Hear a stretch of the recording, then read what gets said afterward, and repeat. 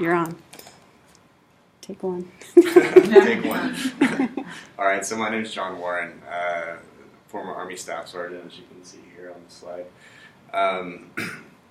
Born and raised in California, so I grew up in South Orange County. Laguna Niguel is where I'm from, and I have two younger brothers that are my best friends, pride and joy. And back in 2004 is when I decided to join, and I was looking for meaning and purpose in my life and just trying to figure out next steps and where I was going to go, and I wanted some adventure. I was one of those kind of people that loved adrenaline, so if I could go jump off a cliff, that was great, or I would get in fights and sometimes, or protecting my friends. And one day I went to a counselor, and he said, if you're getting all these fights, maybe you should think about joining the military and doing something positive with this defensive mechanism that's born inside of you. And I thought, you got to be out of your mind. I really did. I thought that the military was a last-ditch effort for people who had nothing else going on in their lives. I really didn't have a whole lot of positive things to think about the military. And you can relate. So you have a husband that served in the service. Does anybody else have family or served? Or? She was in the service. So you were in the service too? So, okay. My dad was in the, he joined the Navy. Okay. SEALs, yeah. Oh, the Navy SEALs? Yeah. Very good. He was one of them. That's Wow. fantastic. Very cool. And you? My dad is a West Point 74 grad. My brother's a Naval Academy 04 grad, and I'm a West Point 09 grad. Wow. Congratulations. And any family over there? Father was career Navy, and my brother was in the Navy. My brother-in-law was career Marine. Wow. My ex-husband was National Guard. Okay. Called up.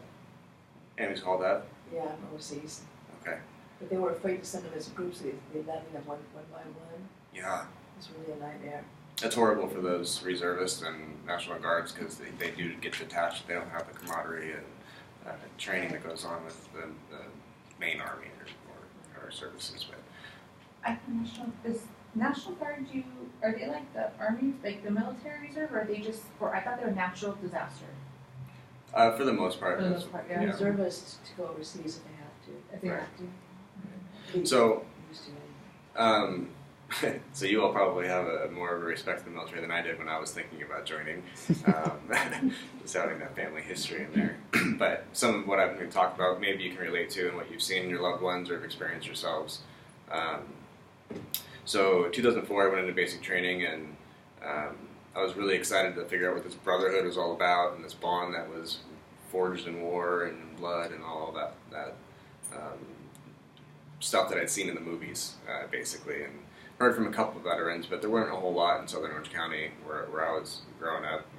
There were some Marines that were further south in San Diego and whatnot, but I was definitely an oddball in my community when I decided I was going to up and join the service, and my dad was looking at me thinking, you got to be out of your mind, please go in the Air Force, please go in the Navy, do something that's safe and is a career that's in there, just don't go be an infantryman or don't go fight in combat. And I was like, well, no, I'm going Special Forces. So that's what I did, and within the span of 2 weeks I had gone from never thinking about the military to deploying or to shipping off to basic training. So in basic, I met my best friend, Scott Stevenson, and being as I was a big brother and loving my younger brothers, I was looking for somebody to kind of fill that role, and Scott was a perfect fit. He was looking for a bigger brother and somebody to kind of protect him and take after him, and he was ornery as all get out and would just create a lot of havoc that I would have to try to rear him in from. This is a picture of him in the red over there. That was us in training in Alaska. And then right before we were about to go into Iraq, it was actually Kuwait, we were down there. So we had spent the better part of 2 years together, from basic training to airborne school. We went to Special Forces selection together, and then unit training in Alaska, and then deployed to Iraq in 2006. And that picture right there, I had just that day pulled him into my squad to be one of my saw gunners, or he was an automatic rifleman. And he was fantastic. He was the best at it, and he knew it. He was very arrogant and cocky, and he thought he was God's gift to women. It was kind of obnoxious, but but outstanding soldier and loyal beyond all get out. You know, he's who you wanted by your side in the fight. So when I deployed overseas, I was 24 and invincible. You know, when you're in your 20s, nothing bad can happen to you. Death is not something you ever think about. It's too far away, and you're never going to die. So for me, I deployed, and I thought that I was invincible. Hey, how you doing? That bad things were probably going to happen over there, but they were going to happen to other people, and they weren't going to actually happen to me or anybody that I cared about. It would be more detached, and that was reinforced after my very first patrol. We went out and we were going down a road, and we're doing left seat, right seat rides. So when you're over there, the unit that you're replacing will take you on a tour basically for a week and show you the area that you're going to be operating in. And then a week later, you switch places and you take charge, and they'll have somebody that kind of goes around and makes sure that you guys have a good hold on what's going on. So we're in the left seat, right seat ride phase, and we go down this road, and one of the guys says, "Hey, you guys should put your earplugs in. We might hit an IED over here." I thought, well, what the heck are we going down this road for? If we're going to hit an IED, let's go around it, go somewhere else. And that obviously wasn't on the plan, so put our earplugs in, drove down the road. A minute later, we hit an IED, and just heard a pop, and punctured our tire, ripped our antenna off, and a piece of shrapnel went right behind the gunner's head, but into the shield that was up there. I thought, that's an IED, that's not too bad. I'd heard all these horror stories about that's what we're going to watch out for, and that's the biggest killer of our guys over there. And so I thought, well, we've got a grasp on this. We're going to be okay. We're going to come back. 6 weeks later was a different story, and we were going down what's called a black route. So you're not supposed to be on these routes. You're going to hit something. Something bad is going to happen when you're on that. Being that we'd only been there for 6 weeks, and we were limited on supplies, we had one map. My lieutenant had that map. He was behind me. I was the lead vehicle. I was a truck commander, and called up on the radio and said, "Hey, you know, I see all these kids getting scurried inside in this village that we were passing." And that's pretty common. I mean, when we're out there, moms would naturally pull their kids in, thinking we don't want anything bad to happen if it's going to happen. So it was just a heightened alert, but nothing too imminent. And again, we didn't know we were on a black route. We were going down, and we hit a T intersection. And when we went down there, I called up and said, "Hey, left or right?" The lieutenant said, "It looks like you can make a right. We should be able to get up to the road." So we could actually see the road that we were trying to get back on. It's Route Jackson. And we made the right-hand turn, and then everything just went black. And I woke up and heard a kind of screaming that you'd never heard before in your life, and just sent chills down your spine. And a second later, I realized I was coming from myself, and it just scared me even more, wondering how the heck I could be aware of some screaming like that, but not hear myself or know that I was doing it. When I looked around, there was just fire everywhere. The windows were all cracked. It was just an isolated environment where I didn't see anybody else in the truck with me. I looked around, took a deep breath, and just fire went down my lungs. And I thought I was trapped in this vehicle to die. I thought this was it. Fortunately, I was able to push the door open, and all I could see was fire, so I just ran as far as I could, and got through the flames and turned around and was trying to get all the flames off of me that was on fire. And I looked up and I saw Scott getting out of the back seat. So I couldn't even tell that he was in there. He was sitting on top of the gas tank, so he got soaked head to toe with diesel fuel. This IED was it's what's called a 155 round, so they're supposed to kill anybody within 60 meters, and I took 3 of those, bundled them together, put a propane tank on top of that. That detonated, hit my fuel tank, and just made a huge fireball, basically. And Scott took the brunt of that force. He was peppered. All of his insides with shrapnel. He had a fist-sized piece of metal go through his left arm, so he couldn't use his left arm. And when I saw something moving in the fire, I just thought, "Oh my God, please don't be Scott." And it was. And my fire extinguisher was in the truck, and my fire blanket was in the truck, so there wasn't anything I could do, and there's no way you're getting back into that thing and coming out alive. And so all I could do was tell him to drop and roll. So he'd gone on the ground and rolled, and he was just screaming and writhing in pain. And I just threw myself on top of him and tried to smother him with dirt. And at a certain point of just watching him in agony and just literally melting in front of me, I thought, I can't sit here and this isn't working. I got to get some help. Something else has to work. We were pretty isolated from the rest of our unit because of the way the fire had exploded. So it was just he and I for quite a while, and eventually, when I got up to run back to the other truck, I just fell over and collapsed. I couldn't stand, and I had blood and cerebral spinal fluid coming out of my ears and a laceration on my head, and just was kind of laid there catatonic on the ground for a while. That's a picture of what our truck looked like when we were going through it. And I remember just laying there on the dirt, on the ground, and looking to the side, and then I saw some boots run by, and that was my medic, and he had a fire extinguisher. So at that point I just turned around and crawled back over to Scott, and we got the fire off of him, and we were starting to work on him because he was just bleeding out quite a bit. And I told the medic, hey, we got some rocket launchers in here that are going to blow pretty soon.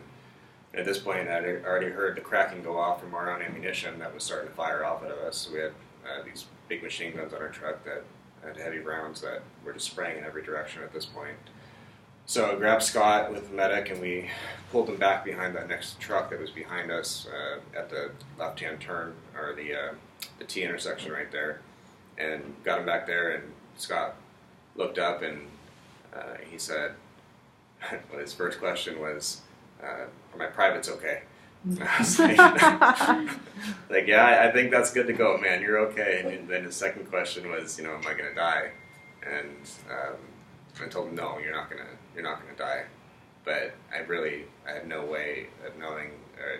I personally didn't know how he could survive what he'd been through. And his clothes were melted into his skin. His boots were hardly there, and there was just very little left of that pretty boy, arrogant man that had been there 5 minutes ago.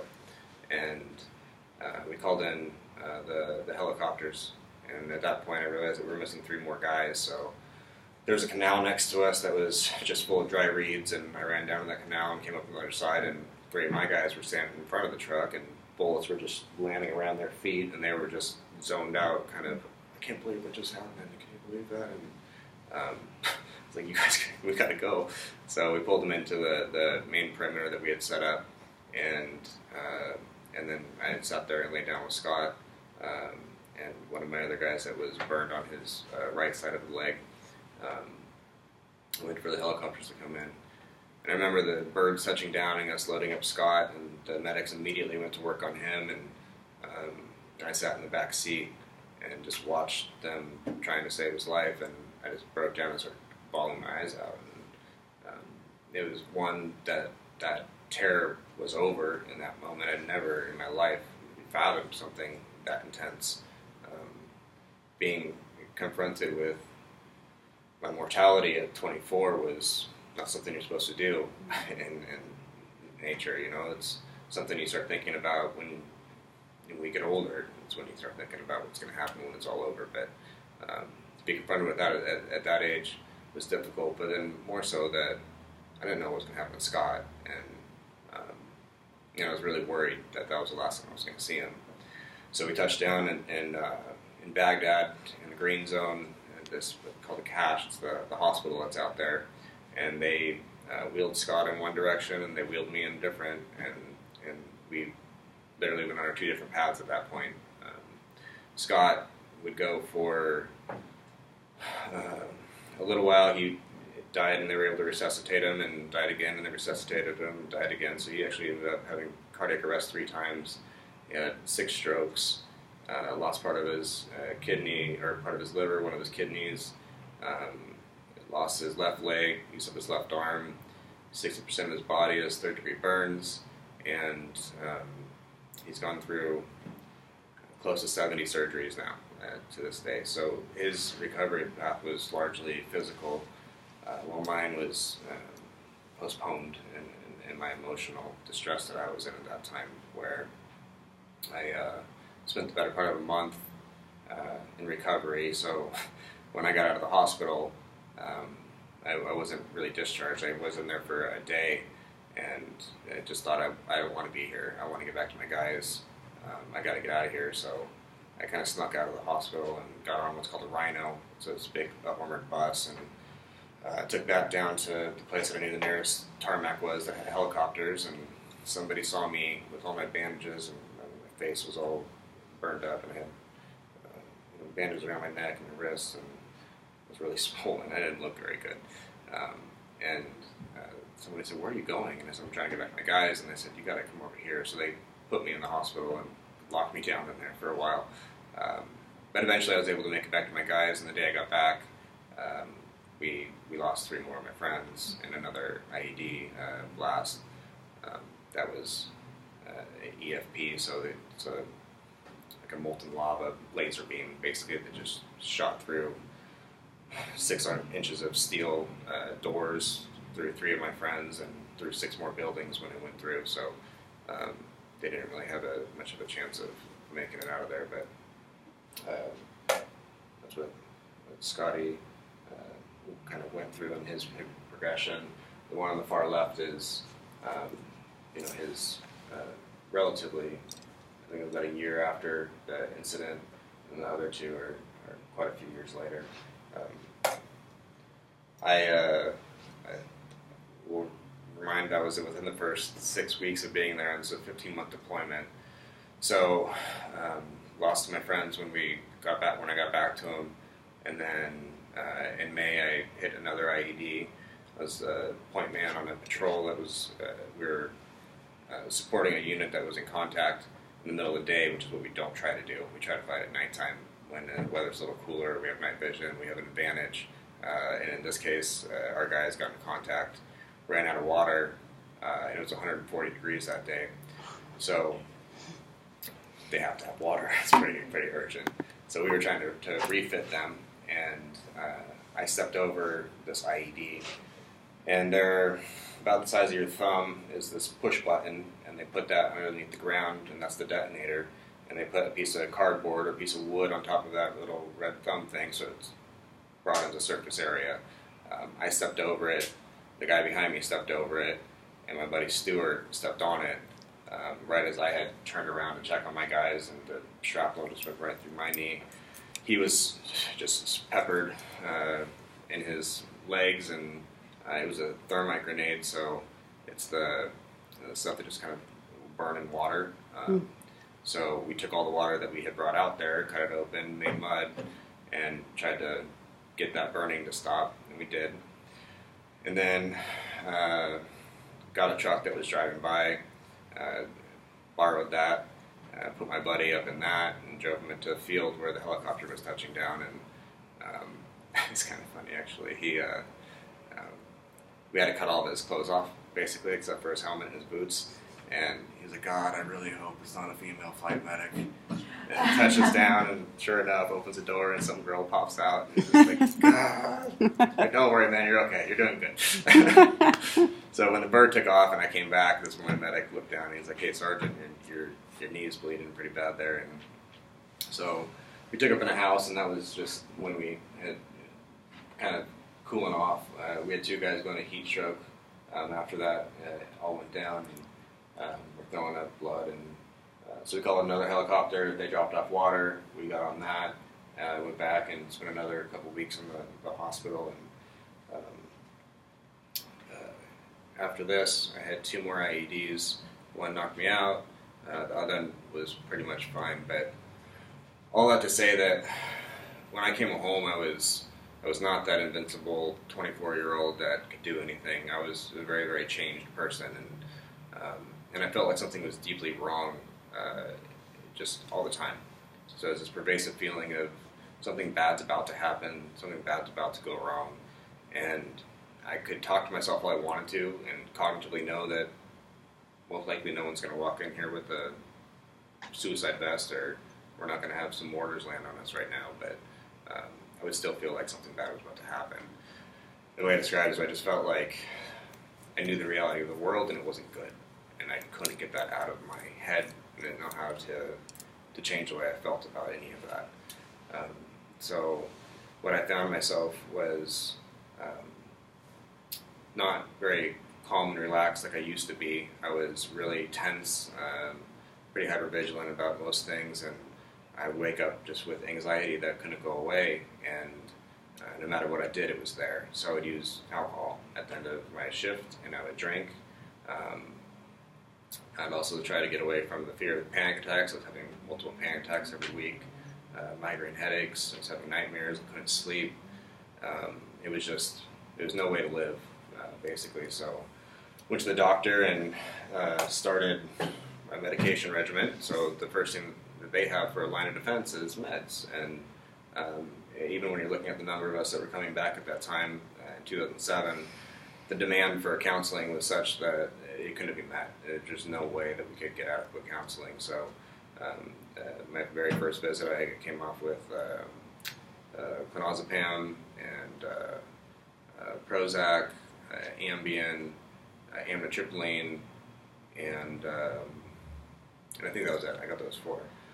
So I started taking those medications to go to sleep at night, and taking the antidepressant, and was told to wait 6 to 8 weeks, and we'll see how it's doing, and we'll adjust as necessary. And what I found was that we just kept upping the dose and upping the dose because it wasn't working, it wasn't helping, and it felt like the doctors weren't listening to me when I would say that. It was just like, hey, I don't think this is working. I don't feel any better. I feel kind of worse in some ways, and they're just going to take some more.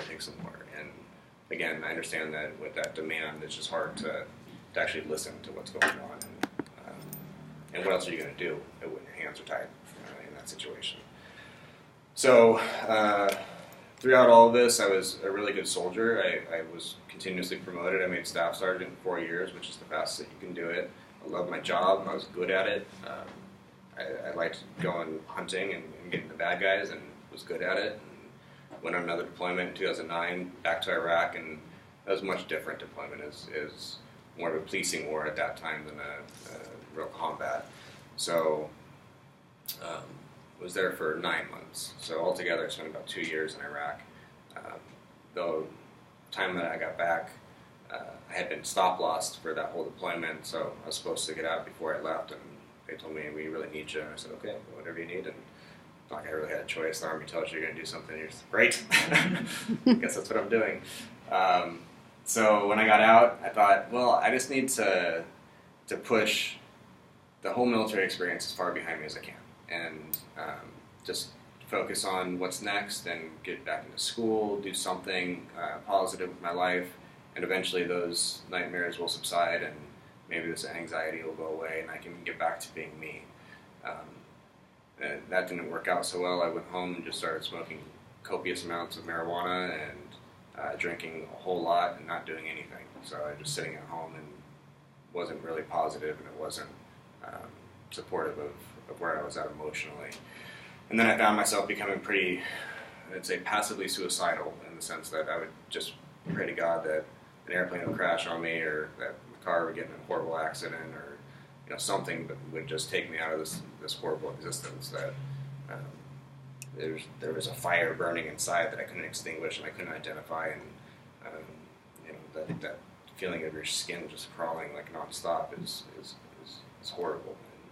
And it got to a point where I thought I better go get some help, because I don't want this to go to the next step, and I follow through with everything that I try to do, and I don't want to follow through with that. So went back to the VA, got more medication, started playing with all of that, and then I started my bout of counseling in my cognitive therapies, and I went through anything that the VA had to offer. I mean, really, I was very aggressive with my treatments, and I did whatever the doctors told me to do. So I took my meds, and I went to cognitive behavioral therapy, and I went to speech therapy, and I went to occupational therapy, and I went to rehab, and I tried experimental things. I still had ganglion block injections in my neck that were supposed to reset my sympathetic nervous system, and prolonged exposure virtual reality therapy, and mindfulness therapy, and transcendental meditation, and iRest therapy, and anything that was out there, I tried it. And it's not that they didn't work. they did, and I got good tools from each of those different therapies. It just wasn't enough. And one of the way that I kind of relate it is, imagine having tachycardia and going to a cardiologist, and then they just want to not look at your heart or your organ at all and just talk to you about your symptoms. And that's what it felt like. It was like, oh, look at my brain. What's happening in my brain? Well, we did. We had MRIs and we had CT scans, and those come back fine. So structurally, my brain is sound. So now I think that I'm a bad person, making bad decisions, that's letting my family down, that's isolating. I was getting arrested. I was ending up in the emergency room. I was blackout drunk every day of the week. I was taking 10 milligrams of clonazepam every day. I was a shell of a human being. I was, at the time that I finished my psychology degree, which was tooth and nail to get me through that, but I was really just trying to figure out, how do I get back to myself? How do I get back to being me? If my brain is sound and my body is more or less healthy from what I'm being told, then how come I don't feel it? Well, if, again, going back to the cardiologist, if your cardiologist looks at your heart and says, well, I think that this rapid heartbeat is causing your anxiety, what if we address that organ and get that under control? Then let's go back and talk about some coping strategies for any residual effects that are left over, or any coping strategies you develop because of that anxiety that was based on that tachycardia. So that's where I think we're seeing a shift in mental health, and a necessary shift, especially when you look at, we have 22 suicides a day in the veteran community, and that's not because they don't want to get better or we're not trying. It's because we're doing whatever we're told to do, and it hasn't worked, or we've tried and we're not going to do it anymore, or we watch all of our friends do it and it didn't work for them, so I'm not going to waste my time going to do it. If I was to offer anybody that was out there suffering with PTSD or traumatic brain injury a Prozac and said, if you take this, it's going to completely change your life and you go back to being normal, every veteran would take it. They just would. They want to be better, and that's unfortunately why new technologies need to come along, why new modes of thinking need to be in place, because while these therapies are great and they do have value and they do have their tools, it's not the whole picture. We have to look at a physiological approach as well, just going back to the organ and seeing what's actually happening. Can you, sorry to interrupt, but can you explain to them your exposure therapy? Yes, Because absolutely. you guys hear that, but when he told me what they did, it just like, whoa. Yeah. And that's kind of a picture of it right so this there. is a picture of it, and the gentleman next to me is, that wasn't the actual therapy, that was just a picture I was taken, but that's Skip Rizzo. So he's one of the developers over at the Institute of Creative Technologies for, they're working on this virtual reality platform, basically.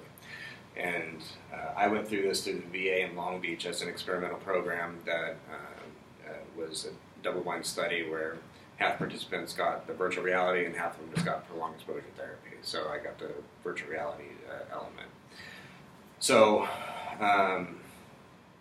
it was a pretty intense process. It was very grueling. And I wouldn't have done that had I not been through every other modality that was available to me. It was kind of like, I'm going to try whatever I can and nothing else has worked, so I guess I'm going to escalate it to this. So I went and met with a therapist, Dr. Mariah Schulte, fantastic woman. My first meeting with her, we kind of just went over some of the different events that I'd been through, and then she asked me to write a narrative of the day that Scott and I got hit in 2006. So I did that. And then I was also given a pill, and I don't know if it was the placebo or the actual pill, but declinoserine, I can't say that word, but it was supposed to inhibit a fear response. And they were seeing if that had any effect on the outcomes as well. So I took this pill, went there, and came back the following week. And the way that it worked was I went in, I sat down, I put this visor on that you can see. I wasn't given a controller, I was given a M4, so I get a gun, and it's got a joystick that's attached to it, so I can maneuver around on the screen. I sat on a chair that was on a box that had a rumbler in it, so it would vibrate when necessary. I was given earphones. So the way it went was I would start off and say, I'm in Iraq, and we're driving down a road, and she would pause and back me up and say, okay, well, what was happening right before that? And I would tell her, and she'd say, okay, well, what was the weather like? I'd tell her, what did it feel like in the truck? What did it smell like in the truck? And she would really try to bring me into that moment as much as possible with as many details as possible, from what the road looked like, what the houses looked like that we were driving by, what the reeds looked like, the canals looked like, everything. So I'd get as detailed as possible, and then we get to the moment that we hit the IED, and I would say, and then we hit the IED and everything went black.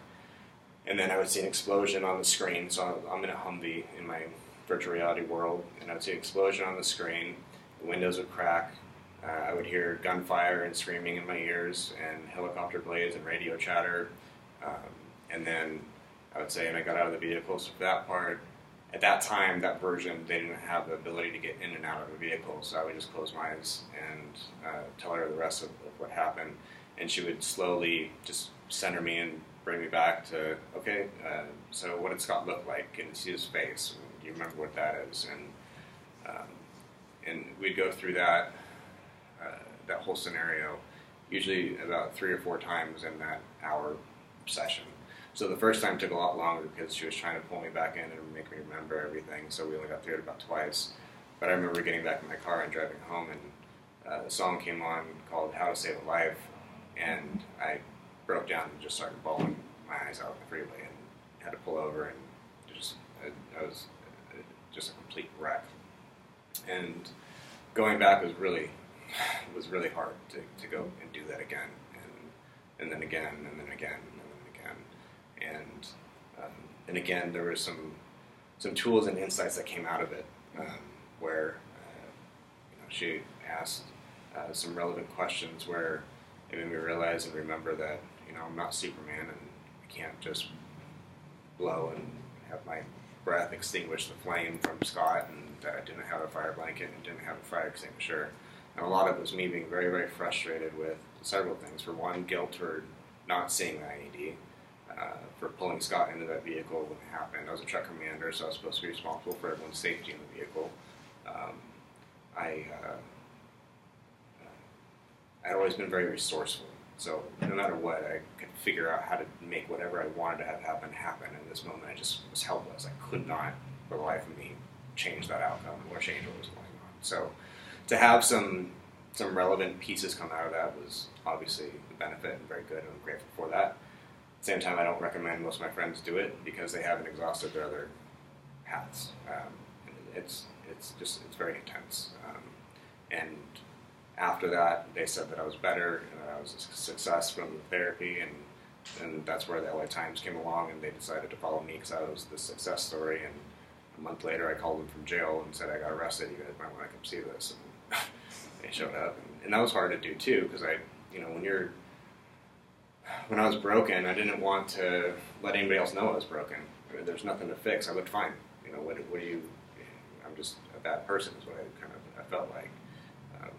3 months later, I called him again, and I was in the emergency room. I woke up, had no idea how I got there, but I mixed drugs and alcohol, and was traumatic injury to my head again, and $10,000 worth of medical bills that I couldn't afford, and it was just I wasn't the success that was hoped for. But again, with all the therapies, there were bits and pieces that I got to pull out that helped cope with what I was going through and what was happening in my brain, in my head. So after that LA Times article came out, somebody, by the way, if you want to read that, or there's a video on it, it's called Healing Sergeant Warren, and it gives a pretty good account for how I was before I did this brain treatment center stuff that I'm going to tell you about. There's a video on there, and you can kind of see that I was in a much different place than I am today, to say it the least. So I get a phone call or an email. Somebody had read this article, and they said, we're zapping autistic children's brains and getting them to start speaking again, or speaking for the first time. We're looking at trying this with veterans. Do you want to give it a shot? So I just finished my psychology degree, and I thought, well, you're probably just full of it, because you can't do that. It just doesn't happen in autism. Or you have something groundbreaking, and I want to see what it is. So I agreed to go and have a look. And what they're doing is imaging the brain with a quantitative EEG, QEEG, which is just measuring electrical activity in the brain. So we're just seeing how well the brain is communicating or how well it's functioning over time. So it's not just a structural integrity image, it's how is the brain functioning. So they want to identify areas of the brain that aren't functioning the way that they're supposed to be functioning, and then apply this magnetic EEG, EKG guided resonance therapy to restore those deficits. That's the best way that I can kind of describe it. So I thought, all right, well, that's interesting. And I'm sitting there ready to tell them my whole story and go back to childhood and tell them if I got spanked too hard when I was little or whatever might have happened. And that wasn't the case. They just wanted to have a look at my brain and see what was going on. And I remember being very scared and nervous, thinking that my brain was going to come back and be fine, like my MRIs and CT scans. And I wanted something to be wrong. I wanted there to be some justification or some reason for me feeling the way that I was feeling. It was miserable. So I went in, and 10 minutes later I come out and sit down with Dr. Jin, who founded all of this technology, and he looked at me and he said, "Oh my goodness, you're sleeping right now." I said, "What the heck are you talking about? I'm talking to you right now." And he said, "No, but a large part of your brain is not working the way it's supposed to be working. It's in a sleepy state." And then he went on to describe a lot of my attributes. So he said, "Well, it looks like you're a good student and you learn quickly, and this is before the injuries, of course, and you probably like maths and sciences, and do you play the piano?" And I said, "Well, I used to." And he said, "Looks like it. And do you have any substance abuse issues? Because you have a whole lot of this activity that would suggest so." And I said, "Yeah, quite a bit."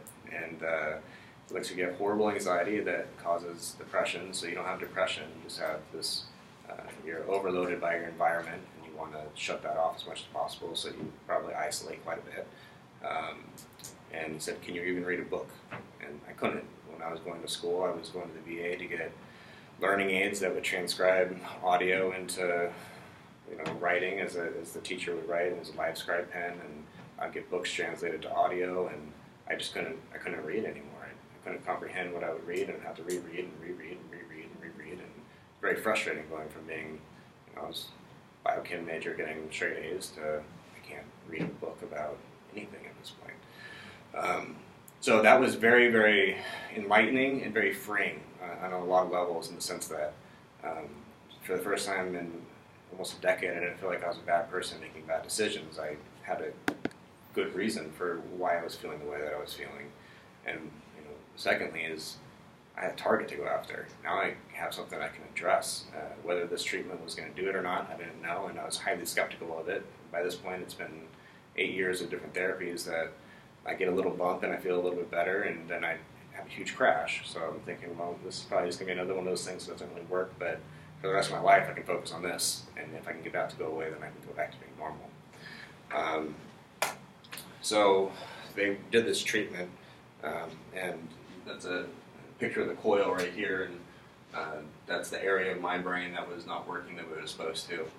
So it's this electromagnetic pulse, and electromagnetism works in a fashion where it doesn't react until it hits another electrical field. So inside of here, there are coils that are wound very tightly, copper coils, and we shoot a pulse at the signal that our brains operate at, and I'll get more into that intrinsic frequency and what that means in a little bit. But that electric current going through the copper generates an electromagnetic field that goes perpendicular, so it circles around like this. So it goes into the brain. It can go through the skull very relatively easy. There's not a lot of impedance that happens with this electromagnetism, and it reacts when it hits another electrical field. So your brain has a whole lot of electric current going on in there, and we send a pulse, like a cadence, that says, like a cheerleader in a stadium. If you have parts of the stadium that are clapping real slow and parts that are clapping real fast, and there's a lot of chaos going in there, you can bring some cheerleaders in there, and everyone goes like this, and that's a cadence it gives to the brain in a similar fashion. It's the best way that I can put it simply. And I was going to do this a daily basis, 5 days a week. It's 30 minutes a day, and within that 30 minutes, I get a 6-second train, is what it's called. So I get 6 seconds of entrainment, or 6 seconds of the stimulation, and then 54 seconds of rest. And 6 seconds and 54 seconds. So you only get about 3 minutes total in that 30-minute time, but we just gently nudge the brain along and say, hey, slow down or speed up or whatever needs to happen. One of the interesting things about this approach was not only I did not talk about what I was going through and all that stuff, although I would, with the people in the room, I would just get comfortable with them, and they weren't therapists, they were just, one was a ex-football player, one was a car mechanic, and I just felt comfortable with these guys after time, and I'll tell you if you want to know. Kind of thing. But largely with PTSD and traumatic brain injury, you go through your questionnaires they're completely subjective. So you do a PCLM or CAPS for PTSD, and we use a Rivermead for traumatic brain injury. But these are scales of 1 to 5, and you circle enough 5s, and you have severe, moderate, or mild, or whatever it is. So again, going back to that therapeutic effect from different counseling modalities, is sometimes you see your score get better, and you're thinking, heck yeah, I'm getting better, but there's no objective measure that's going along with that, like you're measuring a blood pressure or a pulse. So in this fashion, it was neat to not only match up my subjective analysis with the objective measures, but to see the objective measures change over time and correlate with my subjective measures getting better. So as I saw, so what this is showing you over here is, this is the frontal cortex, again responsible for judgment, planning, focus, attention, impulse control, emotional regulation. It's a frequency of 3 hertz, so that's what should be present when you're in deep sleep. So that was dominating the front of my brain during the daytime. And then after 2 weeks of this therapy, we look and we find that activity is no longer there, and that clear area is that optimal frequency for my brain is what we want to be firing at.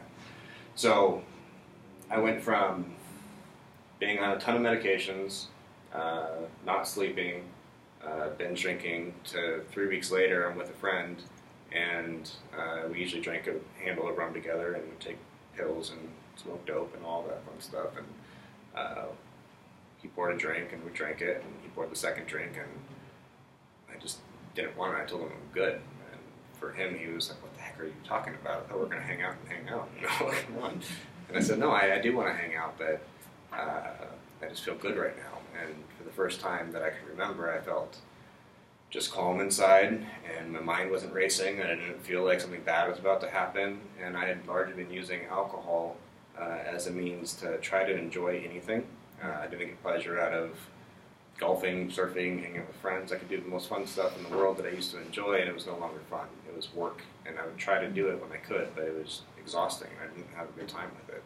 So what I found was that alcohol, for me in that case, was a self-medicating factor for being able to feel connected with somebody again. So in that moment with my friend, I felt connected again, and I didn't want to diminish that at all with some sort of drug or alcohol. I just wanted to spend time with my friend. And I was also terrified that was going to go away.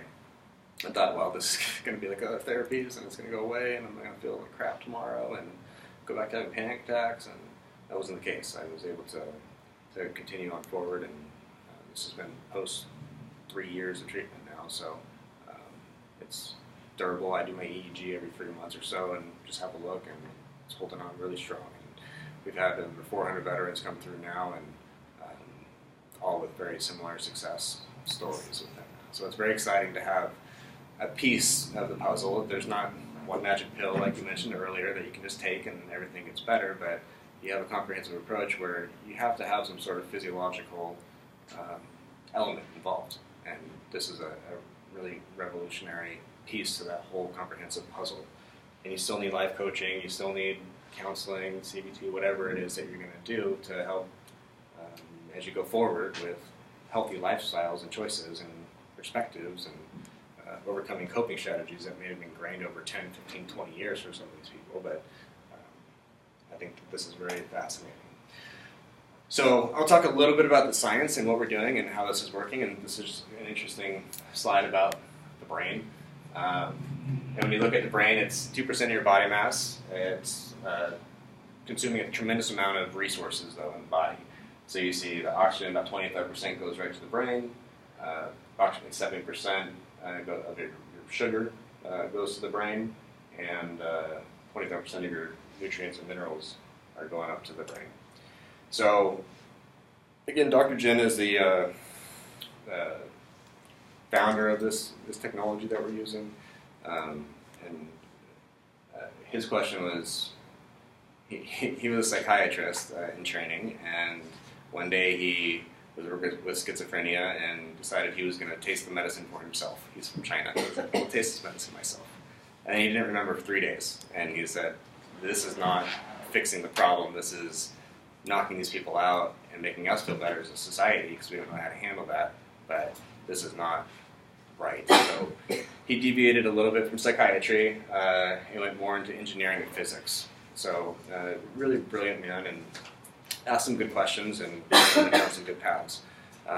So he got interested in thermodynamics and how the brain works, and we look at the universe and we apply physics to everything else. But when it comes to the brain, that's largely ignored. So you look and you say, you have all of these resources being burned up. It's a very greedy organ, like he says. But where's all the heat going?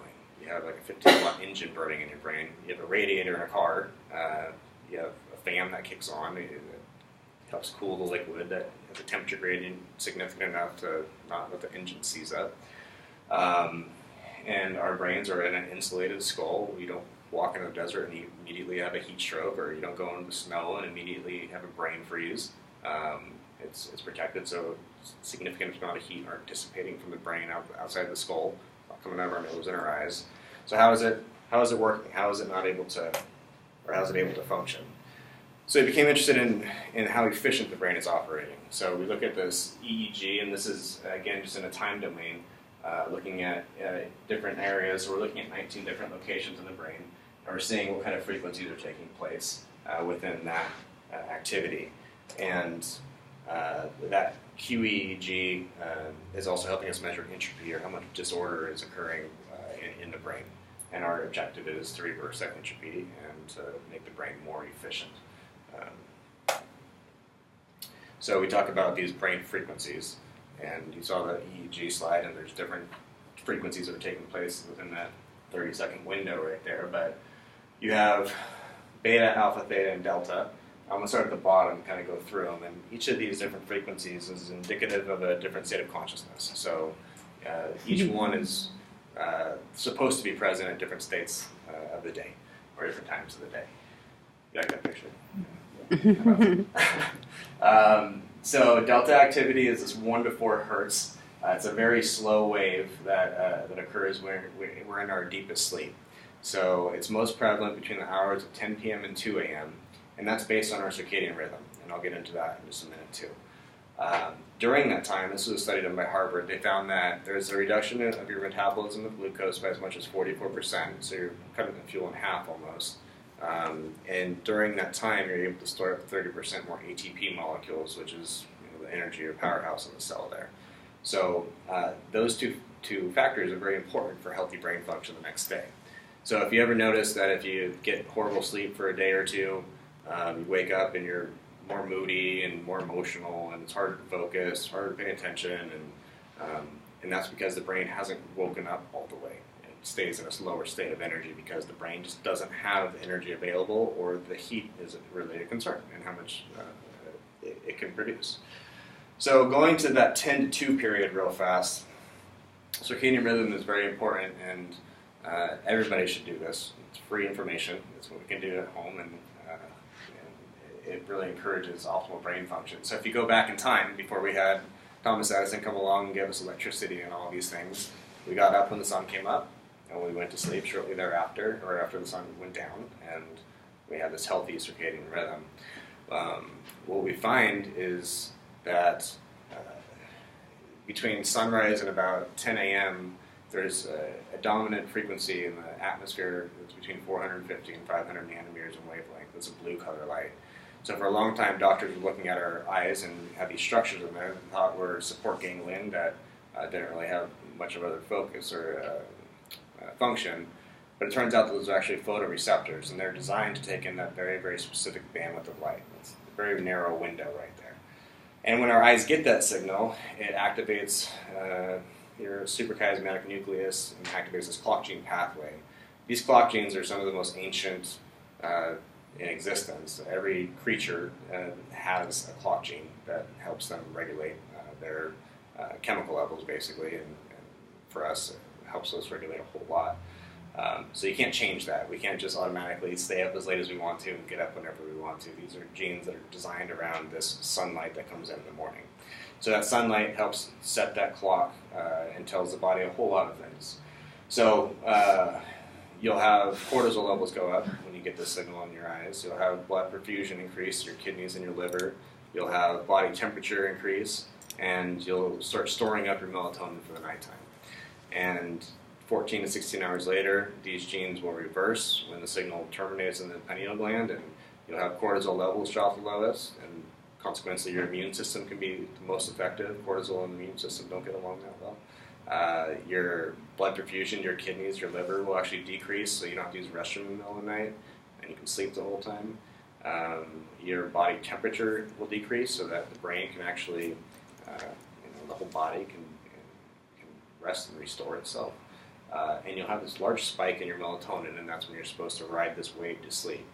So a lot of us get off of our circadian rhythms, and when you look at combat and you look at the wars that we fight in, we largely do it at nighttime, and we completely jack up our circadian rhythm. And if you look at how much more prevalent PTSD is in our society versus third world countries that have gone through the same wars, it's very remarkable that it's not as prevalent over there by any means. It's something where they wake up, they're farmers, they farm, they go back to sleep, and they have this healthy rhythm. The brain can restore itself.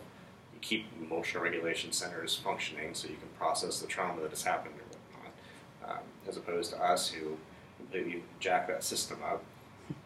Our brain suffers because of it, and we wonder why.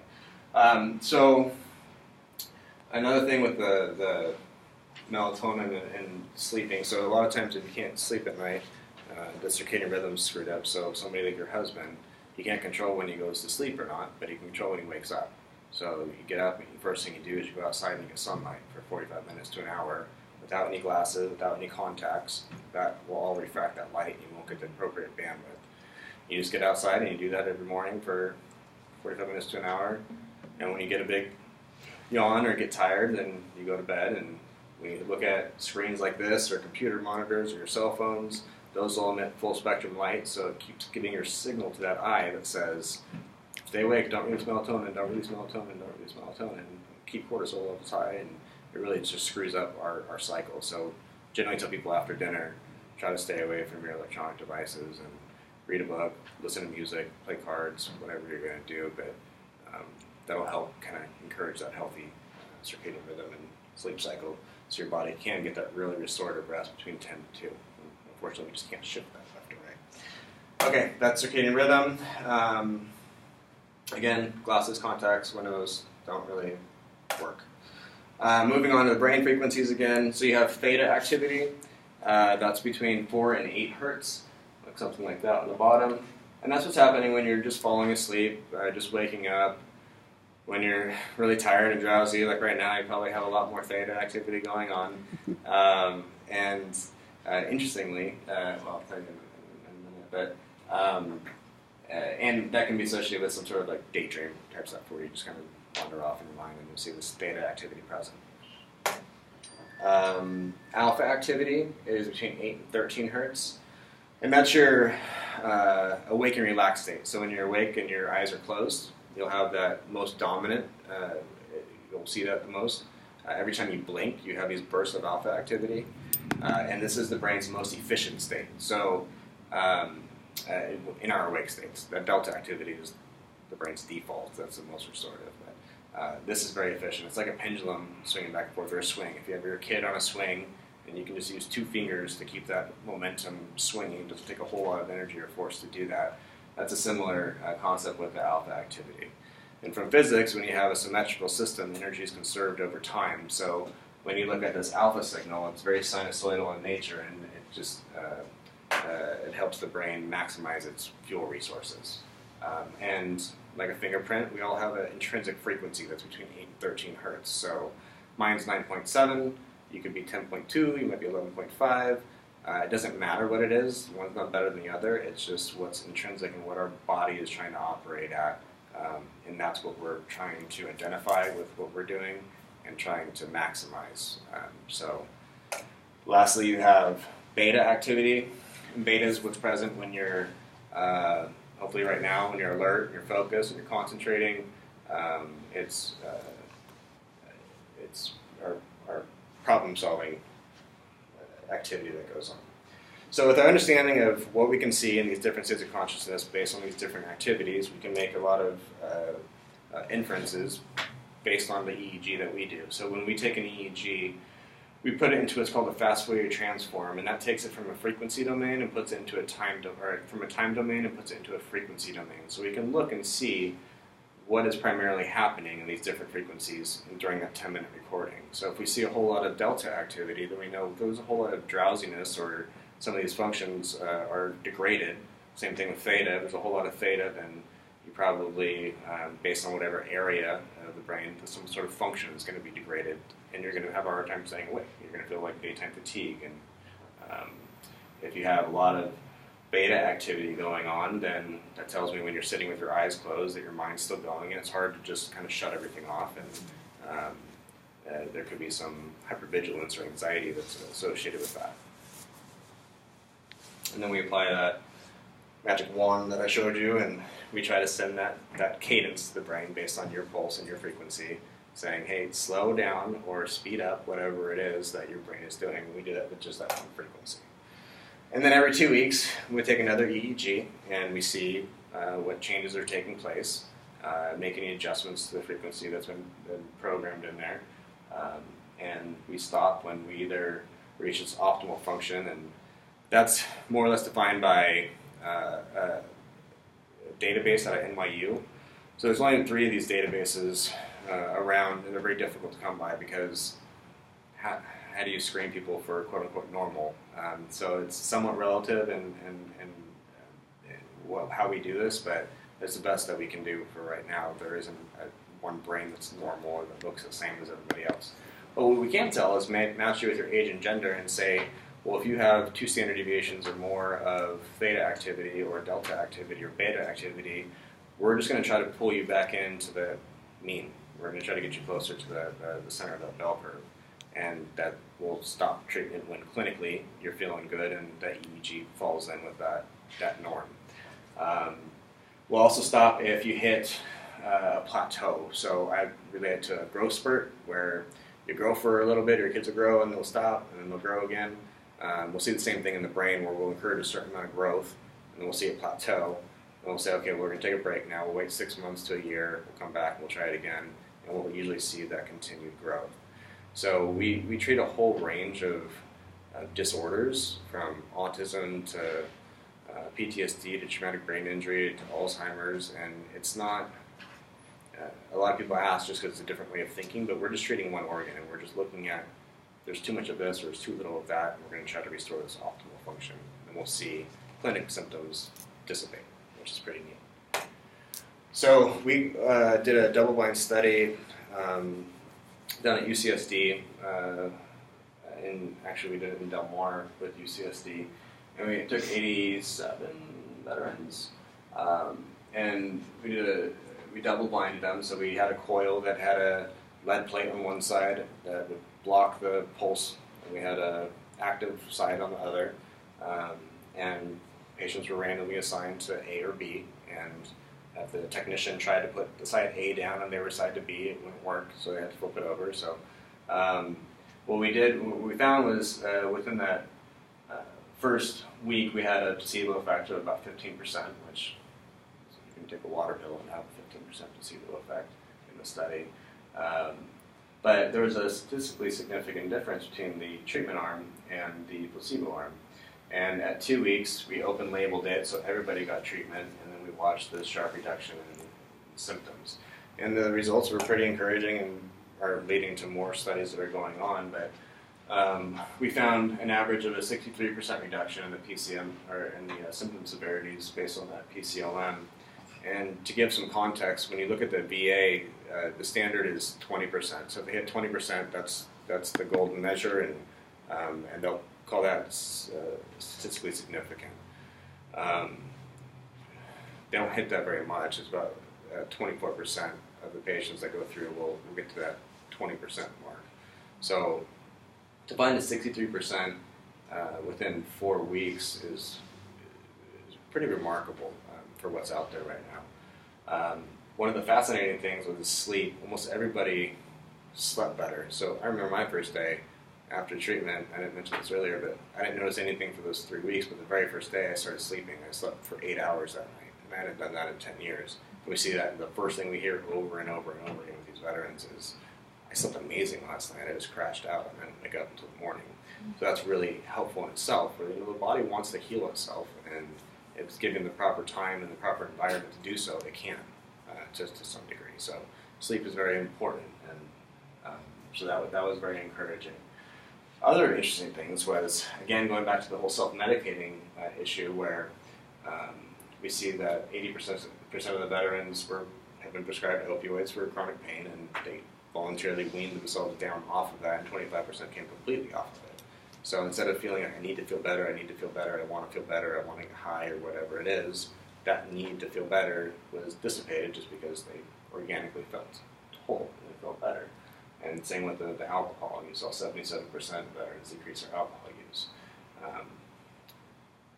We're going forward with, this just came public, so I can say it, but the Special Operations Command is doing a DoD-wide study, or a DoD-wide study. The DoD is doing a Special Operations Command study, so we're taking all the Navy SEALs and all that fun stuff and putting them through this protocol.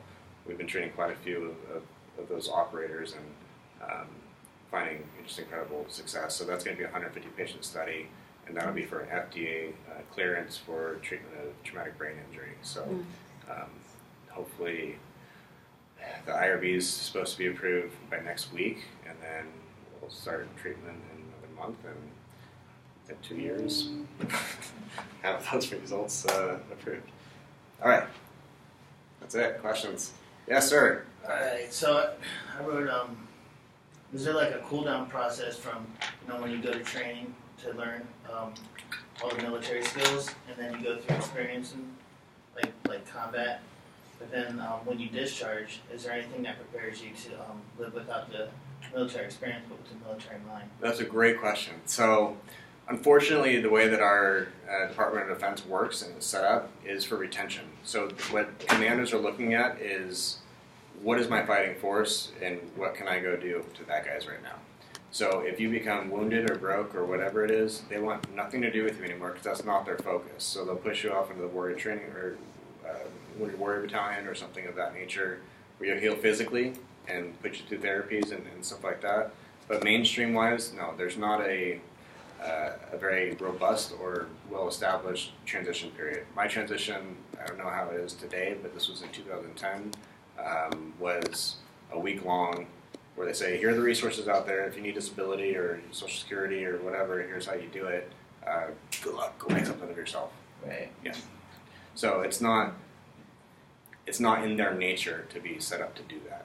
So like the pride that they're also like, they ramp you up with and trying to impress or always keep that status, that combat status, and that I can see where that would create the biased thoughts for the soldiers to say, oh, I'm kind of messed up here, but I'm not going to tell you because I don't want to go and get treatment, because then you're just going to knock me off the ranks. Right, absolutely. And that will prevent you from going to combat sometimes, or for promotions or other opportunities that would be afforded to you if you didn't have that.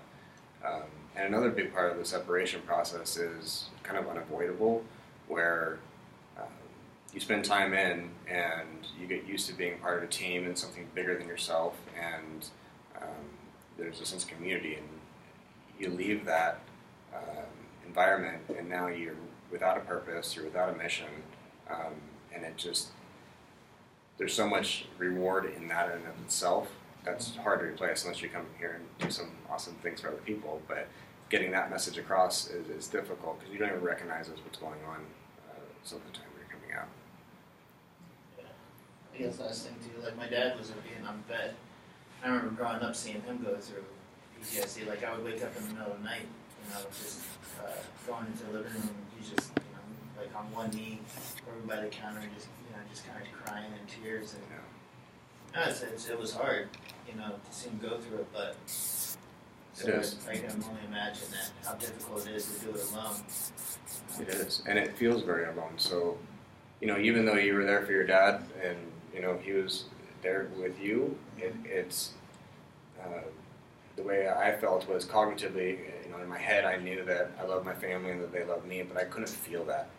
There was just too much going on in my head where I just didn't feel any kind of connection. Distance, yeah. Yeah, so I felt very, very alone and very, very isolated, even when I wasn't. So, yeah, I feel for your dad and what he went through, and all the vets, in the war's past, where there just wasn't anything available to them, and you didn't talk about emotional stuff, you don't talk about weakness. You're weak if you do that. So. Yeah.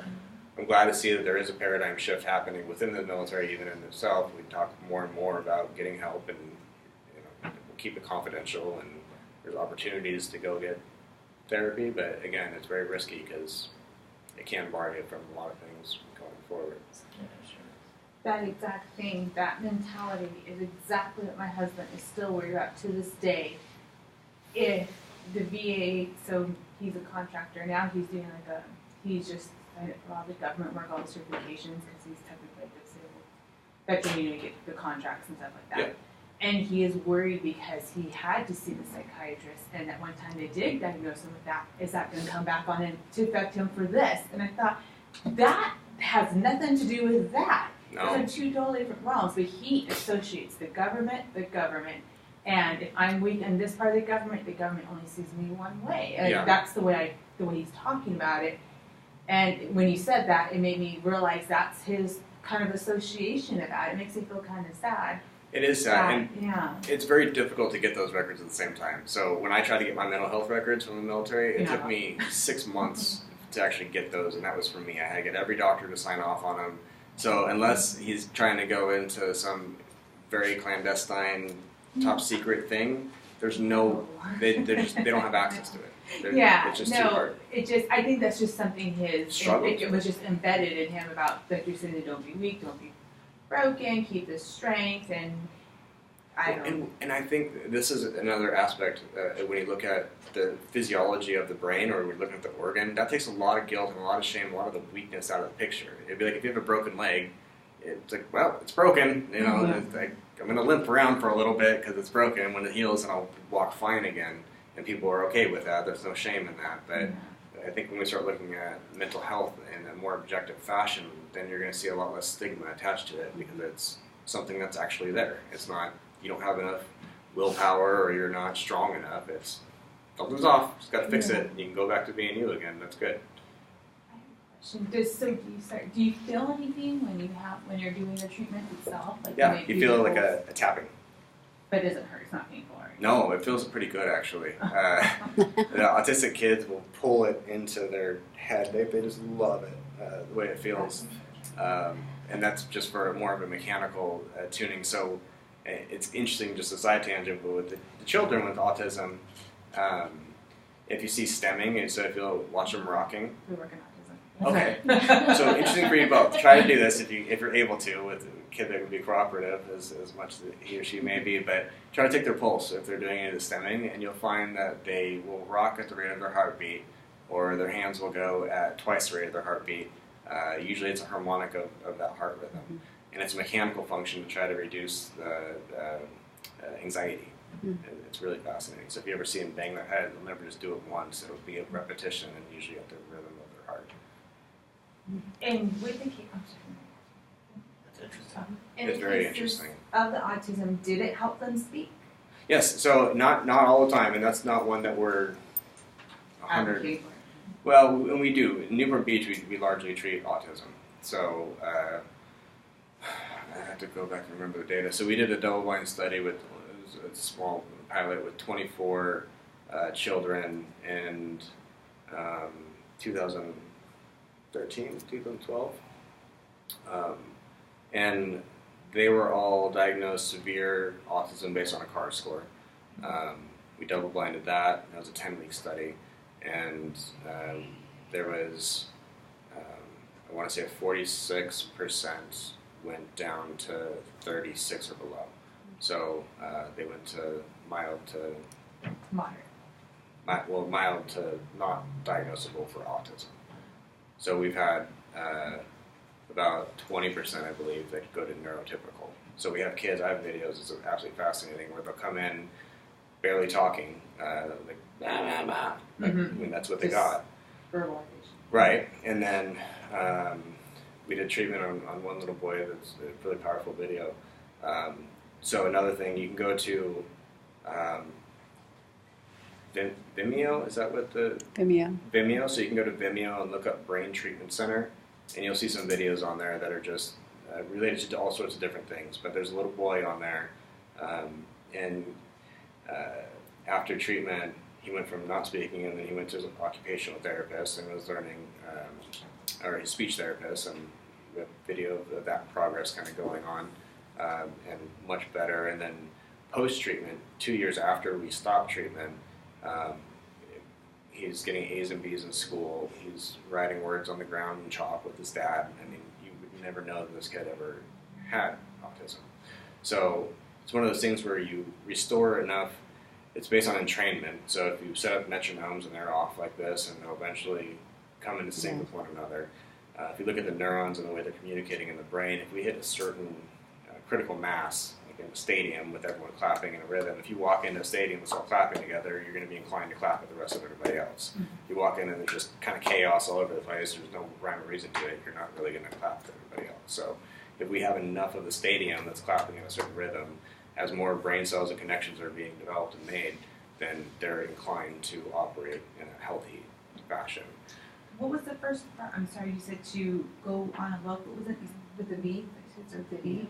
Vimeo? Vimeo. V-I-M-E-O. It's kind of like YouTube. Yeah. So with autism, if you have Put a marker.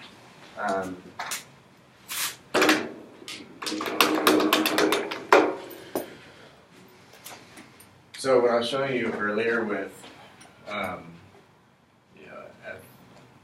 Z, P, Z, FP1, FP2. So these are all different locations of the brain. They go down to all 19. And we look over time and we see what different activities happening, right, over that time domain. So we'll take that same activity and we'll look at a 20, 30-second window of activity and we'll put it in a frequency domain. So we'll come over here and look from 0 to 30, and again you'll have F, Z, C, Z, etc. all the way down. That was the two sides from the slide that you had. Yes, so this one I don't have a slide for. We use a different representation. So we have that 3D image that you saw is what we show our patients at this point. But this is a different analysis tool that we can use, and that's the way you transform the FFT. So we take this activity and we see what frequencies are taking place in that window of time. So we know that anything from 0 to 4 is delta, and this is theta. This is alpha. This is beta. So what we want to see is this activity in this bell curve, largely all peaked in alpha, and on a frequency that I could draw a line straight down, and it would all be on the same channel. So like if we all had walkie-talkies and we were all channel 10.7 hertz, then we would all be able to hear each other. But if I get it down to channel 10.5 or channel 10, I'm going to get static on my signal, and if I get too far away, I'm not going to hear anything anymore. So that's what we want to see. So a lot of times what we'll see is more concentrated activity in all these different areas. So there's these big tails of beta activity where it's too much of that going on in that window of time, too much theta activity going on, whatever it is, and it doesn't line up with that 10.7 hertz. So we program the brain to fire at the 10.7 hertz and hopefully push this activity to the right or this activity to the left. We take all of that information and we can look at the amplitude that happens in each of these different places and see how many neurons are firing in each of these different electrodes that we're measuring, so to speak. So if this is a top-down view of the, get out of my way. If this is a top-down view of the brain, and this is the nose up here and your ears, I'm not an artist, then we'll look and see what concentration is happening and where it is. So with autism, what we'll see is that the back of the brain has a very robust alpha signal. So this is firing at 10.7 hertz. And that signal does not go up to the front of the brain. So what's happening is in the back of our brain, we're having all of our sensory input coming in. So you have all your sights, sounds, smells, your environment is coming in the back, and it's supposed to go forward to be processed and made sense of. So hopefully the front of your brain, if we're sampling the world at 10.7 hertz, hopefully we're processing that information at 10.7 hertz. What we'll find with autism is it's just overloading the frontal cortex. So the kids are getting all this information, but they don't, it's just overwhelming. So you'll plug your ears and try to get rid of sound, or you divert eye contact. 70% of your senses go to your eyes. So best thing you can do to avoid your anxiety and that feeling of overload is to avert your eye contact. That stemming, again, is a mechanical way of just trying to reduce the anxiety in the body. So if we can see this alpha activity start to come out further, then we'll watch symptoms drop off because they're able to make sense of all the information that's coming in a fashion that isn't as overwhelming. That still takes OT and your ABAs and these different therapies are supportive of helping them catch up. Because if you look at a traumatic brain injury, I was fine before I had all of my cognitive abilities. It was taken away. And if you apply this therapy and restore that area, it just comes back pretty much like that. So I know everything that I used to know again. The children, they never learned all of this stuff. So now they have a platform for learning and for catching up, if that makes sense. Yeah. Traumatic brain injury, what we'll see a lot of times is you hit your head over here, you might kill off an area of brain cells that when they're dead, they're dead. We can't do anything about that. But what the brain will do is very interesting. In physics, lower state of energy is more stable. So if you have a nucleus and all the electrons around the nucleus, those outer rings are less stable. So the lower the energy levels, the more stable it is. So the brain will actually slow down in a defense mechanism. And over time, it'll kind of start to heal itself, but it might not fully come back. So doctors will tell you that after 6 months, a year, if you're still having symptoms after a concussion, then you're going to need to go to some therapy and kind of figure out coping strategies for how to handle that loss of your ability. This tissue is still healthy. It just doesn't have the right signal going on. So if we can take that, what's happening at 10.7, and feed that up with that wand right here and recruit that energy or that activity and say, hey, it's all safe, you can come back up, then we'll watch that area heal all the way up, and all that function comes back. So it's really quite remarkable. So Stroke victims. that's what I was just gonna ask. Stroke victims Yeah. is really cool. So I think you'll see the stroke victim on the website that I was telling you about. That's fascinating because so much of our physical therapy is working on getting the arm to work again or getting the hand to open up or whatever, and it's as if there's something wrong with the arm, and it's not. It's all in the head. Yeah. So we go to the area that's damaged. It's not 100%, but we found some really remarkable things just on the first day. We'll go in and we'll give the stimulation, and that helps. But we'll do a peripheral stimulation as well, which is a very high frequency stimulation. So instead of looking at 8 to 13 hertz, we're looking at 50 to 70 hertz. We'll go to that area, and it helps. It's a top-down, bottom-up approach. So we work on the brain and try to get the signal to go right back down to the arm. And we work on the arm and have the signal say, and the brain recognize the signal going on. So we'll see on the first day that people move their arms down or open their hands. One kid was able to walk down the stairs for the first time in 10 years after his stroke. It's really, really fascinating. So yeah, stroke's really remarkable. So autism, stroke, sorry. And then what else? So we have, we're working with USC Keck Center of Neurorestoration. Dr. Charles Liu is the director over there, and he's writing up several studies. A couple of them have IRBs approved already, and that's going to be for ADHD, autism, stroke, traumatic brain injury, PTSD, chemo brain. So after chemo radiation, we'll see sometimes, especially with whole brain radiation, that there's a global slowing where it all goes down to theta activity. We'll just wake that back up. There's another one that I can't remember. But there's a lot more data that's coming out really soon, so it'll be one of those things just kind of watch for. Yeah, the two big ones. I mean, three one is PTSD, autism, and stroke, and then ADHD. That's also big. That's big, yeah. Yeah. One traumatic brain injury is a really big one, and Yeah. that one's going through the government, so that's. What about schizophrenia? Schizophrenia is what it started with, actually. Oh, okay. So with schizophrenia, it's pretty interesting. Instead of having one alpha frequency, you'll see 2 or 3 that are taking place in the brain. So each one is similar to like a different personality that kind of goes on there. So if we can knock 3 down to 2, then we'll see vast improvements. If we take 2 down to 1, then schizophrenia goes away. How much does this cost? Right now, it's very expensive, Right. prohibitively so. So we're working on, hopefully in the next month or so, getting it down to $10,000 a month. Right now, it's $22,000 a month. With insurance? No, and that's the whole thing. So that's where traumatic brain injury is coming through, and is if we can get FDA approval or clearance, then we can have insurances that follow along after that.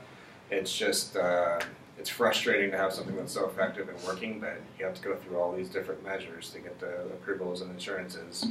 What we do have insurance coming on for is workers' compensation. So we did a study with them. It's a $10 billion industry right now where they're paying out that much every year to for their claims, and those are opioid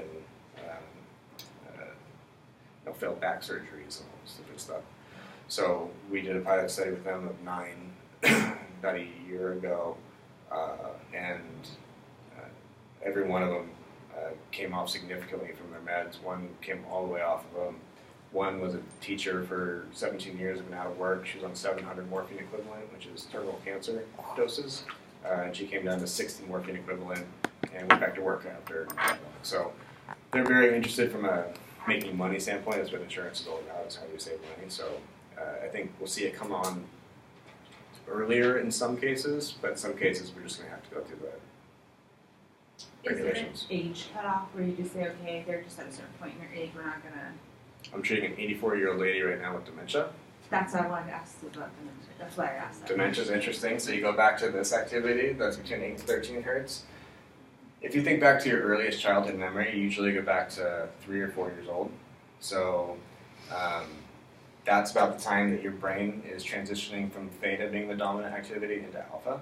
So before then, you don't have the coherent thought to be able to form the memories and whatnot.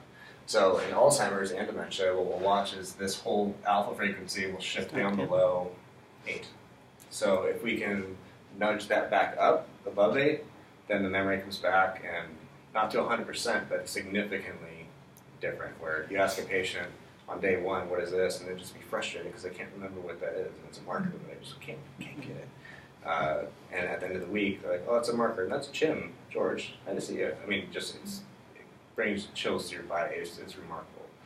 Problem with the Alzheimer's and dementia, it's a progressive disease in the brain. So when we stop treatment, they regress Back down. almost instantly. Keep continuing.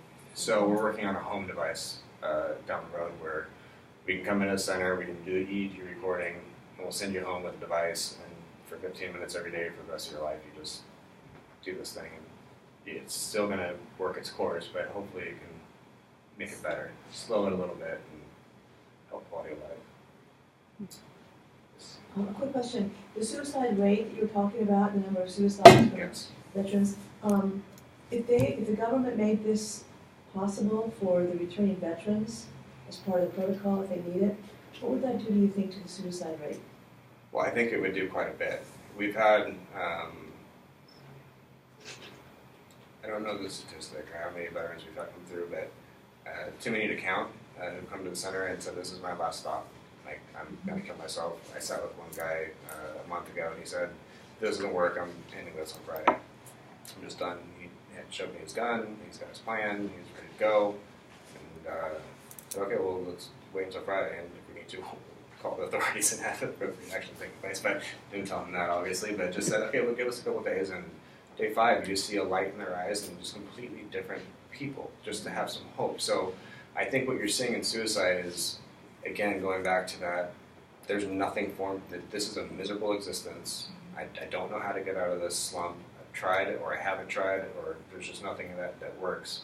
But if you give somebody a pill that would just make them feel good, they would take it, and they don't want to live in this miserable existence. So I think we're going to see, as mental health technologies improve and our approach changes a little bit, that those rates will go down. Unfortunately, it's usually 10 to 15 years after the wars that we see the rates spike, and we're still in this one. So I think we're going to have it get worse before it gets better, unfortunately. Why is it so expensive for this treatment? There's just a whole lot of overhead that goes into developing technologies, the centers, the overhead for the staff, the actual machine itself, the wear and tear on that is not that significant. So that's what we're trying to shift some of the way that our business is running, so that we can get that price down significantly.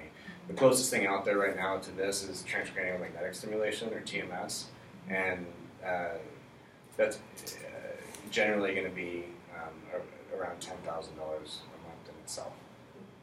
So. Is that this previous version? No. Oh, I was like, oh. And TMS is approved for major depressive disorder, so that can be covered by insurances. And it's one of those things that might not be bad to try if what TMS does is it does a set frequency of 10 hertz at the left dorsolateral prefrontal cortex at what's called your motor threshold. So they go to 120% of your motor threshold. And when you go to your motor cortex, it runs between your ears right here. So the first thing that we do is we take that wand that I showed you, we go over to your motor cortex, and we do a single pulse, and we keep increasing the intensity until we see an ipsilateral finger twitch, or your other hand, your muscle will contract. So then we know we're actually firing the neurons in the brain, and then we back off to 80% of that. What the other protocol is, they go to 120%. I just think more is better. That's just a different approach, but we don't find that's necessary. 10 hertz, if you look at the bell curve of people in the distribution between 8 and 13 hertz, that's the best place to go. Most of the people are going to be closest to that, which is their success rate is somewhere between 34 and 40%, so it's still pretty effective. And if you're at 10 hertz, there's a good chance you're going to be part of that 34 to 40%. One way to look at it is if you go to a shoe store that only sells size 10 shoes and you're a size 10, you're going to be stoked. That's great. But if you're a size 11 or a size 8, you're not going to be so happy. So that's a different approach that we're taking, that more individualized, specific. We're seeing our success rates are matching that expectation, I should say. And have there been any side effects reported? Yes, so I didn't talk about that. Yeah. Great question. Brain turned into scrambled eggs. You start drooling and you can't do anything anymore. So the first is headaches. So patients will report headaches usually within the first 3 days is when they get them. I got them when I went through it. It's something that Tylenol would knock out. It's not a major. nothing severe. It's more from your muscles kind of contract when you're getting the stimulation done. So it's more of like a just discomfort. Yeah. Dopamine levels can be affected by 5 to 7-fold, so sometimes euphoria is a side effect. I felt amazing when I was getting my treatment after like the second week. I thought, oh, this feels so good. I could bottle that and give that to people. Oh my goodness.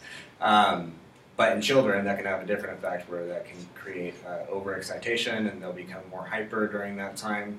And when the parents know, this is expected, and as soon as we stop the treatment, that'll all mellow out. Or if you're going through for a month, then after a week or two, that should just normalize. So it's temporary when those are affected.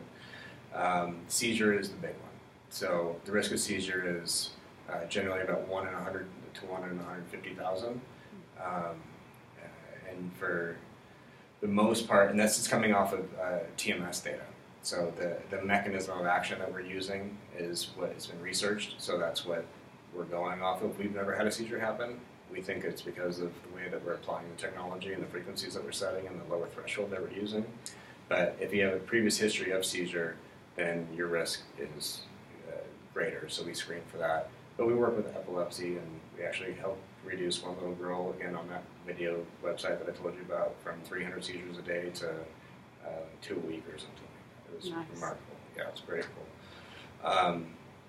Some context, the Game Boy, when it came out, the risk of seizures was 1 in 4,000. So 1 in 100,000 is not a bad risk. Care credit.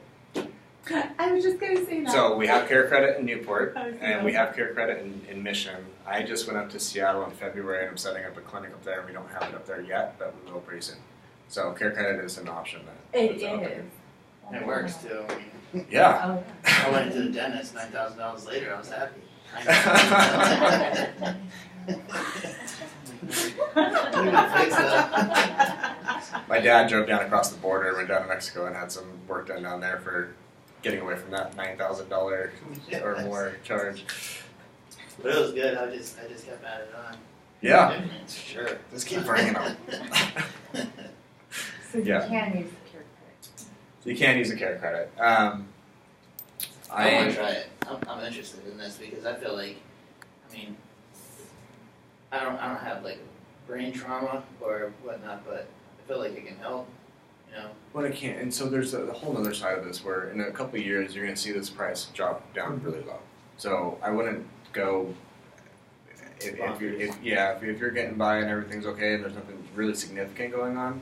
Try the sunlight in the morning and work on it. It takes about 2 weeks to get your circadian rhythm back to healthy function. So it might take you 2 to 3 weeks to be able to get to bed before 10, but that should be the goal, basically. Dr. Jen told me when I went through it, he said, I don't care if you get up at 2 in the morning and do whatever you need to do. That 4-hour period is just so crucial for what your body needs to heal. So for the most part, again, the body wants to heal itself, and it can do that. So if it's given the proper environment and the right amount of time, then it should Okay. sufficiently. So you'll notice a pretty big shift in anxiety and just overall brain function and concentration and everything if you sleep right. 6 to 10 in the morning. And then between sunrise and 10 a.m. Okay. So you want to get out there for at least 45 minutes. But no sunglasses. No sunglasses, no Or contacts. But and the earlier you get up, the less intense the sun is. So it's interesting. I mean, I have so many people that come through, and I have really bad light sensitivity, and I just don't think I can do that. And every one of them, just given the time, if you get up really early, let that sun come up when it's not very intense, you'll be able to tolerate that pretty well, and you might find that your sensitivity gets better over time. As long as the sun is up then, because at 6 o'clock it may not be yet, right? Right. So it depends what Sun time has to you be get it. up. Sun has to be up or just coming up. It's if you watch the sunrise, and again, you don't have to be staring at the sun, and you don't have to be in direct sunlight. If we were under this awning right here, and this wall wasn't here, and there was sky out there, that would be fine. You just have to have your eyes have to have contact with the atmosphere. So What you- is that time period called? That sun? You said blue something? Blue. It's blue light. It's the Blue blue. lights. It's the highest. I'm going to ask a Okay. silly question. This is kind of off topic, but just because you were talking about that blue light and we were talking about autism, you ever notice that a lot of children with autism are very drawn to light? And I'm just very curious, is there a correlation between that? I do not know. That would be interesting. No, I mean, I'm just really It's honestly- curious. I think it's they great. It's really are. curious. They are really I mean, they're just fascinated by light, windows, whatever, the light is coming through, and the objects also light up. But Yeah. I was just curious about that when we talk about the brain trying to heal. A lot of children with autism do not sleep through the night. Nope. There's And- a lot of things about all that. And if you look at autistic There's my parents, if you look at autistic parents, generally one, if not both of them, has some sort of anxiety issue, and especially when you look at the brain, that is pretty consistent. So we're not sure, obviously, what causes it, and everyone has their different theories of it's the vaccines or whatnot, but yeah, I won't get into any of that, but it's interesting just to see something is contributing and passing it down, and if you look back before electricity was here, depression and anxiety were nowhere near where they are today. And if you look at energy consumption, there's only almost a direct correlation with energy consumption and rates of depression. So we set up our first center in Newport because the energy consumption is through the roof, and so is the rates of depression. So there's a whole lot of people that we could help in that area and give them the proper education and knowledge. It's remarkable how many people will take this information and just say, "Oh, that's phooey, whatever. Doesn't matter. I can stay up as late as I want to, and it will have no effect." And it's just not true. That's just not in physics. That's not how our brains and bodies are designed. I think a lot of society right now has the same symptoms, so we just say this is just normal to feel this way now, so Yeah. people don't think there's anything wrong. But if you go to somewhere like Tibet, Dr. Jen is very interested in meditation and the effect that it has on the brain and the body. And he was trying to ask who was depressed or how that worked, and he couldn't even, they didn't even understand the symptoms that he was trying to get across to them. Like, it's just not in their Okay. knowledge or in their society, and they don't use electricity. They're revolving around the sun. Like, our bodies and brains are geared for it. The work hours is 4 a.m. to noon. Yeah, and That's- 4 that's- hours. That's the farming industry. I mean, Sure. That's where I came from. 4 a.m. to noon. 4 That's to it. noon. And you're outside when the sun's up, That's it. and then you're done. I was gonna say, I just forgot what it was. That'll come back to me.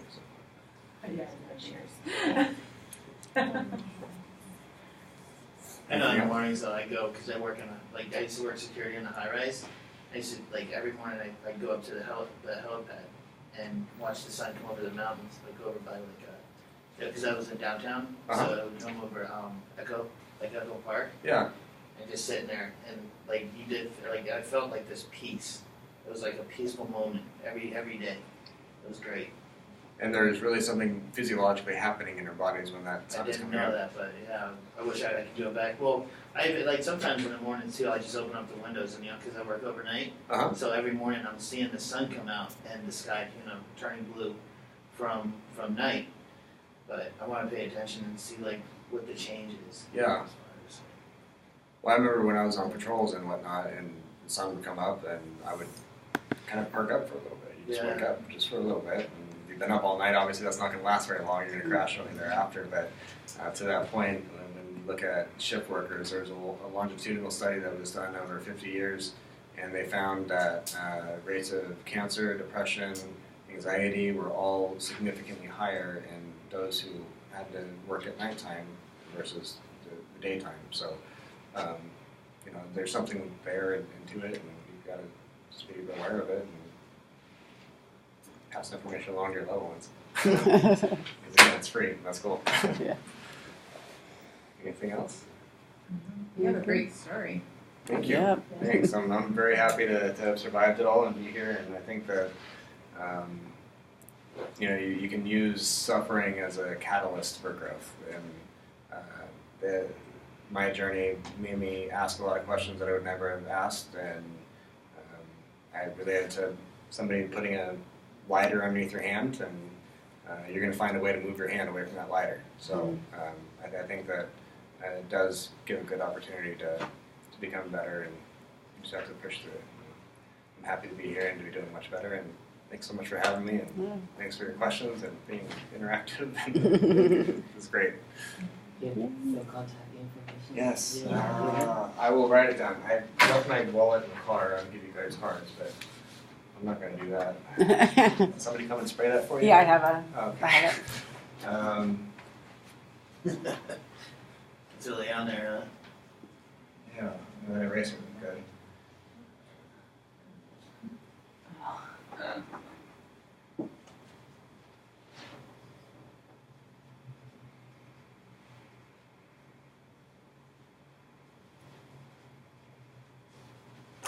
The longest.